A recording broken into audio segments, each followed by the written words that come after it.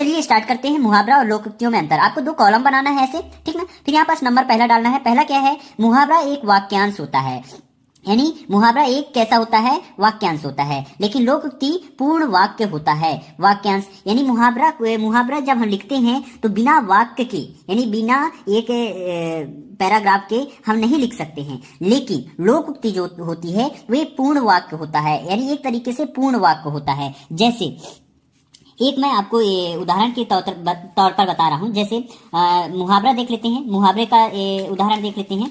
तो मुहावरे में आप कह सकते हो मुंह छिपाना। मुंह छिपाना ये कोई पूर्ण वाक्य नहीं हुआ, है ना। लेकिन आप यहाँ पास लोकोक्ति देखिए, अधगर गगरी छलकत जाए। क्या है, अधगर गगरी छलकत जाए, या जहां चाय है वहां राय है। ये क्या हो गई, लोकोक्ति हो गई। तो इसमें थोड़ा डिफरेंट है, ठीक ना। फिर यहाँ पास देखिएगा, मुहावरे का स्वतंत्र प्रयोग संभव नहीं है, यानी मुहावरे का हम स्वतंत्र रूप से प्रयोग नहीं कर सकते हैं। लेकिन वहीं लोकोक्तियों का स्वतंत्र प्रयोग संभव है, ठीक। ये दोनों में डिफरेंस हो गया, ठीक ना।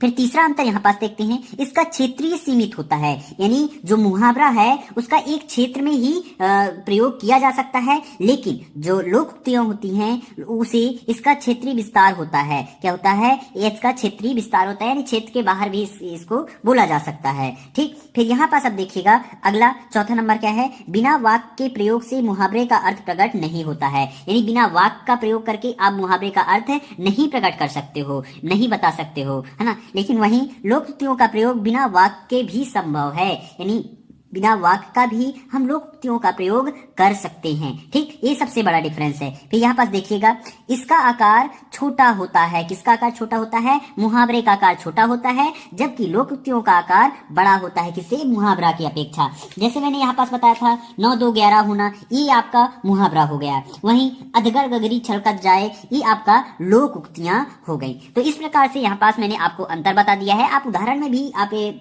एक एक उदाहरण लिख देंगे तो भी ये आपको अंतर कहलाएगा।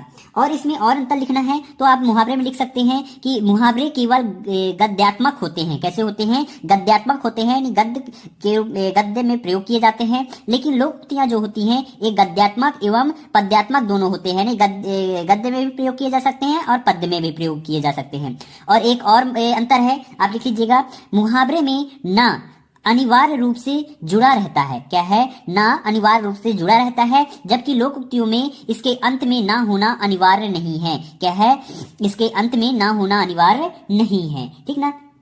तो इस प्रकार से मैंने यहाँ पास बता दिया है। जैसे मुहावरे में के अंत में क्या होता है, ना जुड़ा रहता है। जैसे 9 2 11 होना, ठीक ना। फिर लोहे के चने चबाना, ना आ रहा है लास्ट में। सिर पर कफन बांधना, ना आ रहा है। सिर धुनना, ये ना आ रहा है। यानी मुहावरे में जो मुहावरे होते हैं उसके लास्ट में ना आता ही आता है। लेकिन यही लोकोक्तियों में आप देखेंगे तो ऊंट के मुंह में जीरा, ना नहीं आया, ठीक ना। जहां चाह है वहीं राह है, इसमें भी ना नहीं आया। तो इस प्रकार से इसमें अंतर आप डिफाइन कर सकते हैं। अतिरिक्त मैंने बता दिए हैं, 7 ठो मैंने अंतर यहाँ पास बता दिए हैं।